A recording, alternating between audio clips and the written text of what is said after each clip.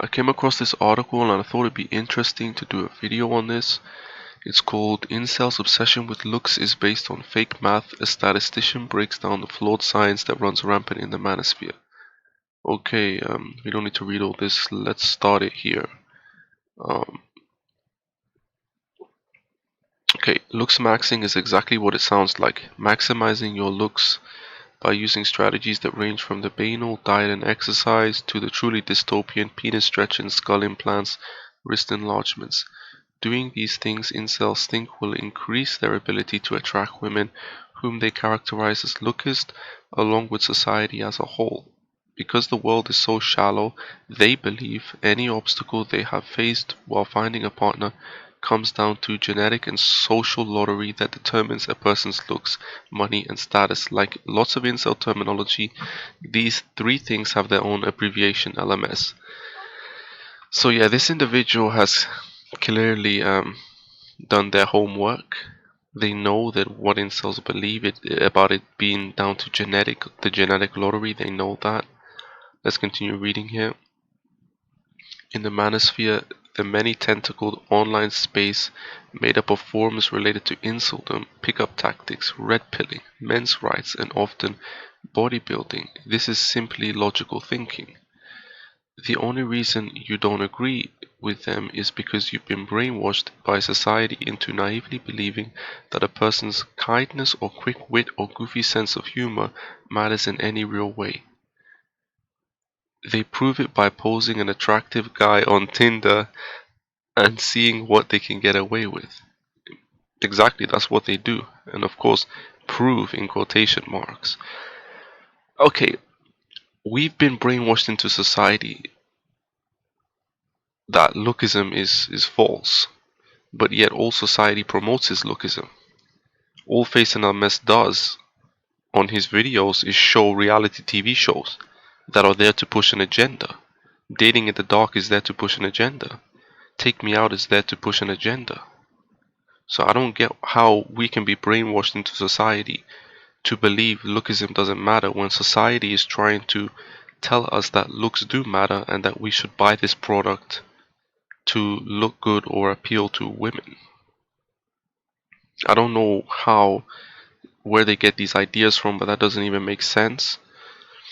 The belief is even embedded in the terms for subcategories of incels: height cells too short to get laid, bald cells too bald, frame cells too small, ginger cell too red-headed, ethnic cell too ethnic looking, skull cells bad facial structure, and wrist cell wrists under 6.5 inches. So ridiculous. Anybody can see this is just ridiculous nonsense. It makes sense then that if an incel thinks his particular brand of unattractiveness is his main barrier to sex, he'll spend a lot of time and money attempting to correct those self-perceived flaws. These flaws include having a certain bizygomatic facial width or negative canthal tilt, the slant of one's eyes, and other concepts debated on these message boards. Some of these terms are used by actual doctors and researchers.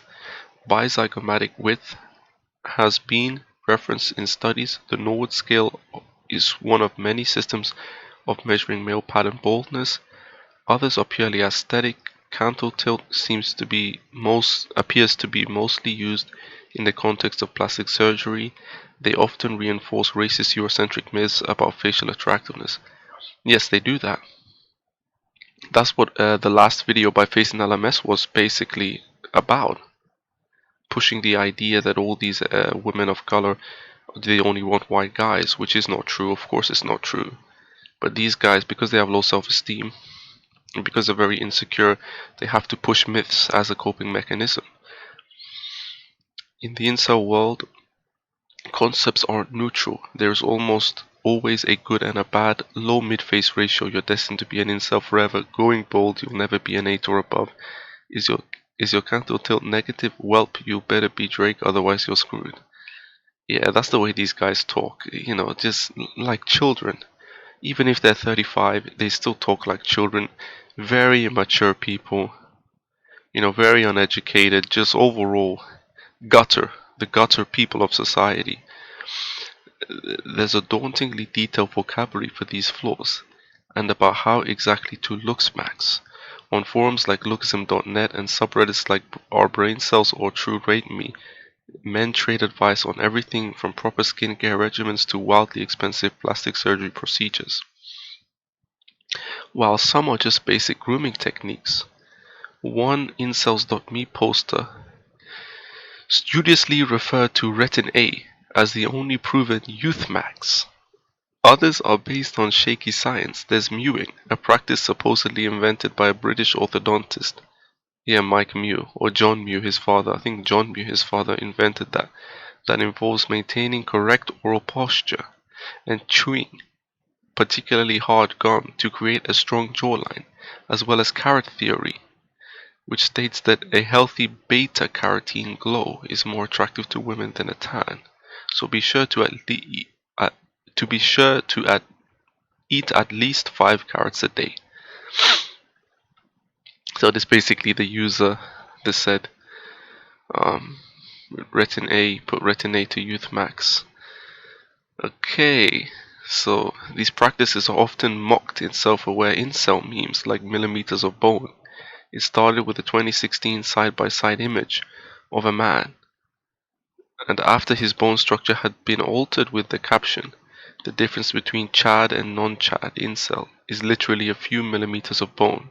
Chad is slang for the masculine ideal, but today it's more often used ironically, like in this side-by-side of SpongeBob Squidward and his swole counterpart. So you can see here, this is the transformation from an incel to a Chad. Alright, forums often herald celebrities and models as pinnacles of male attractiveness. Brad Pitt, Ian Somerhalder, and Sean O'Pry, in particular, are often praised for their facial ratios and hunter or hooded eyes. But when using incel attractiveness rating systems, these men would still be considered only a 9 out of 10 at best. That's because they believe the platonic ideal of human beauty does not exist in real life. The only regular reason to rank people as 10s is because we're too politically correct. Naturally, there's a conversion table that attempts to translate between an imagined version of mainstream rating and the more specific manosphere scale. Yeah, very aspy. Most of these guys are on the spectrum, and they have other kinds of mental illnesses on top of that. Okay, let's skip some of this stuff because all this stuff is not really important. Okay, let's see here. So the Pareto principle. 80% of the effects come from 20% of the causes. In economics, is often used to predict power structures, e.g., the richest 20% control 80% of the income. Excuse me, replace money with sex, and you've eventually got the incels rallying cry. Okay, we've all seen the statistic that come in competitive dating environment. 20% of guys are having 80% of the sex. Reads one post on the Red Pill, which goes on to claim these Red Pill guys are really no different to the incel community either. There's very little difference between them. Their ideologies and their belief systems, the concepts are pretty much the same. Just some slight differences there. But 20% of guys are having 80% of the sex. Again, that's just there's no way to prove that. We're going to see later on in this article though. For every 10 girls who are getting laid this week, 8 of them are effing just 2 guys. If you're not one of those 2 guys, there's a 75% chance you're not getting laid at all. Only 20% of men fall into the category of not alpha but still getting some. Yeah, because being alpha is a solution to getting all the women, right? That's why there's no shortage of beta males, there's no shortage of soy boys, there's no shortage of effeminate hipsters, neckbeards, etc. with women. There's no shortage of these guys, but somehow we're supposed to believe that it's only the alphas that are getting women, right? Yeah, right. The haves and have-nots live in 2 different worlds. This is not a sliding scale situation where incremental improvement yields incremental returns. You either have more pussy and you know what to do with, or you're an incel. There's very little middle ground. You see this? This is the red pill, by the way. This is not incel forum. They're the same thing. Red pill and incel, they say the same stuff. But red pills try to claim they're not, but they are. All you have to do is go to their stuff. Um, that's what the 80-20 rule means. You really, really want to be one of the 20%. Yeah, fictional numbers, they have no way of proving that stuff. The 80-20 rule also merges with the attractiveness rating system. When you distribute men on a 100-point scale, here's one of the example from the now banned Our Incels forum of how men are categorized by the attractiveness and consequently how much sex they're having. Okay, so I'm not going to read this, but you guys can take a look at this later on if you want to. Okay, so these assumptions are at best exactly their assumptions. Misunderstandings of statistic concepts that are either difficult or impossible to prove, and at worst flagrant lies packaged and memified in a way most palatable to the manosphere. Okay, so now we're getting into the numbers. This is the important part. The biggest argument against these claims, however, is a lack of research available to support them. As Rebecca Goldin, a professor of mathematics at George Mason University. So this is a professor of mathematics. So you guys better listen to this, okay? Because I only know mathematics at a high school level. I don't know about you guys, but I'm at a high school level, so I'm going to listen to this. I'm not going to listen to some moron on our red pill or some moron on some incel forum who has not even got, high school education probably, like Jack Peterson. He doesn't even have high school education, and he was telling people everything about that. He knows everything about women. That damn buffoon. But anyway, let's look at this. Let's look at this. So, okay, there really isn't much data about who's having sex with whom and how often. But she said there is some limited data that refutes the poster's claims depending on interpretation. Okay, so let's have a look at that. First off, according to the data from the Centers for Disease Control and Prevention, about 56% of women and 59% of men have had sex by the time they finish high school. Now, we don't know how true that is. We don't know if the data is fake or not, or accurate or not, but this is what we have to go by, okay? And as Golding pointed out, if the sexually active teen women were choosing a largely overlapping set of young men to have sex with, 8 women going with 2 guys, one would expect many fewer guys to have had sex than women. Okay, that's interesting. And if roughly the same number of heterosexual women and men are sexually active, and you apply the Pareto principle, it would work out to 8 women having sex with 2 men, yet also 2 women having sex with the other 8 men. If it were true that most women were choosing just a few partners, the remaining women would need to have many partners. In other words, the statement, if you're not one of those 2 guys, that there's a 75% chance you're not getting laid at all, only 20% of men fall into the category of not alpha but still getting some, is not correct. Yeah, it's not correct because they just make it up off the top of their head. These guys have no idea what the hell they're talking about. But they think they can tell you everything about women. She concluded if the poster meant to talk about number of times rather than a percentage of women, it's possible that 20% of guys are having sex more regularly than the other guys.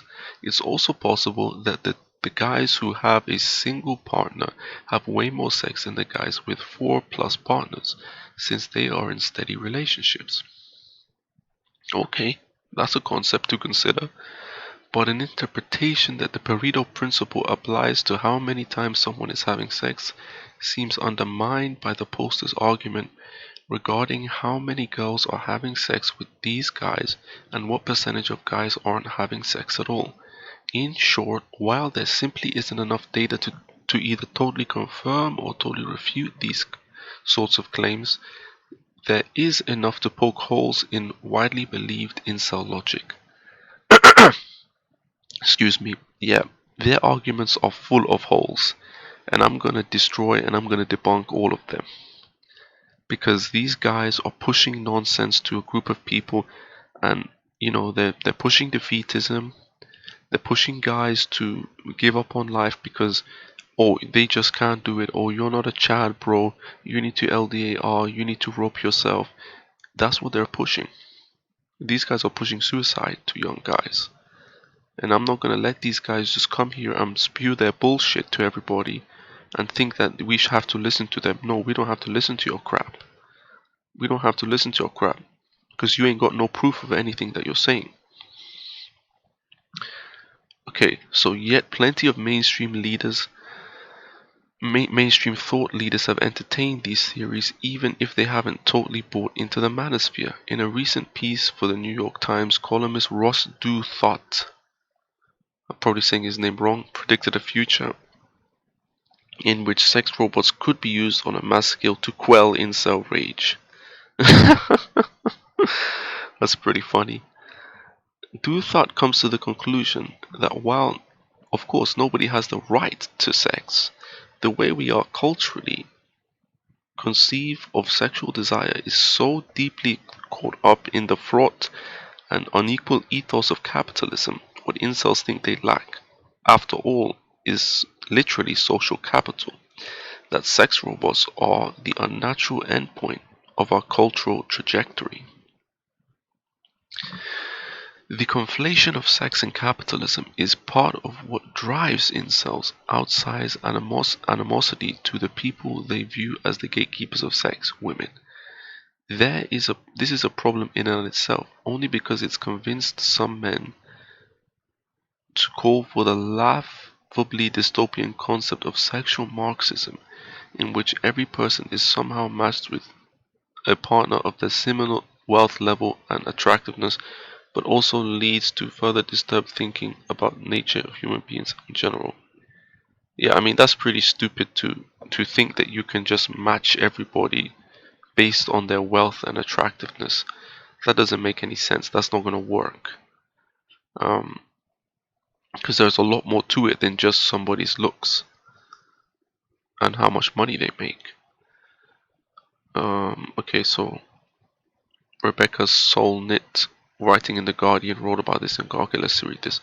Feminism and capitalism are at odds. If under the one women are people and under the other they are property, despite half a century of feminist reform and revolution, sex is still often understood through the models capitalism provides. Sex is a transaction. Men's status is enhanced by racking up transactions as though they were poker chips. Under capitalism, sex might as well be with dead objects, not live collaborators. It is not imagined as something two people do that might be affectionate and playful and collaborative, which casual sex can also be, by the way, but that one person gets. The other person is hardly recognized as a person. It's a lonely version of sex. Incels are heterosexual men who see this mechanistic transactional sex from afar and want it to be the same time they rage at people who have it. Okay. This is the end of it, so let me just read this. When incels decide to view women as capital and sex as a commodity, they're exacerbating their existing problem. Well, these guys do have an entitlement complex. They do feel that they're entitled to certain things, but the problem with these guys is that they're not prepared to put in any effort to obtain the things that they want. That's why they follow LDAR. That's why they follow LDAR, because they believe that a man should lay down and rot. If he doesn't have what he wants handed to him, he should give up on life entirely, which is absolutely and completely a pathetic way to live your life. That just because you don't have what you want, then you should give up on life entirely. But this is how these people behave. It's not that 80% of women are shallow and lookists, that they're willing to cheat on their nice guy partners with the nearest Chad simply because he's got a good mid-face ratio and a positive cantle tilt. No, women are not lookist at all. There's nothing lookist about women. If anything, I'm seeing more women with unattractive men than guys that look good. There's never been any evidence that women are choosing their partners based on looks. Because if that were true, you would just be able to take an account of that, go and observe couples, and then come back and actually prove that. None of these guys can do that because that doesn't exist. It's that women don't want to sleep with men who don't even have a minimal amount of decency required to consider women human beings. Well, these guys are not good people. It's my biggest problem with these guys is their hatred towards men. They are very hostile and they hate men. I think that they hate men more than they hate women. Because these guys, at their core, they're actually gynocentric. Because like I said, they will literally give up on life because they can't get the woman of their dreams. They can't get the woman that they want. So therefore, they believe you should give up on life. These guys are very gynocentric and they don't care about men. I can tell you that right now, there is no brotherhood with these incel guys. There's no brotherhood with these guys. If they want you to suffer. They have this crabs in the bucket mentality whereby because they're not getting laid, because they don't have access to women, they will project their insecurities and their low self-esteem onto other men and tell them that they can't get it either to keep them down. Because they don't want other men, they don't want to see other men succeed. That's why I have no respect for these guys. There isn't a mathematical formula or a pseudo-scientific theory that will draw this conclusion, but maybe that's why it's so difficult for these men to comprehend. Exactly. They want to try to prove something, but they cannot prove anything. And that's why they're so crazy. That's what made them go so crazy, because these guys are constantly looking for a way to rationalize. And sometimes you just have to go and observe things.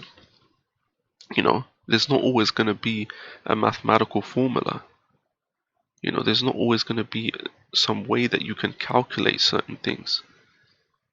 But what you guys have to understand is that, believing in this and believing that you're a victim, believing that you're in this situation because of your genetics is completely nonsense.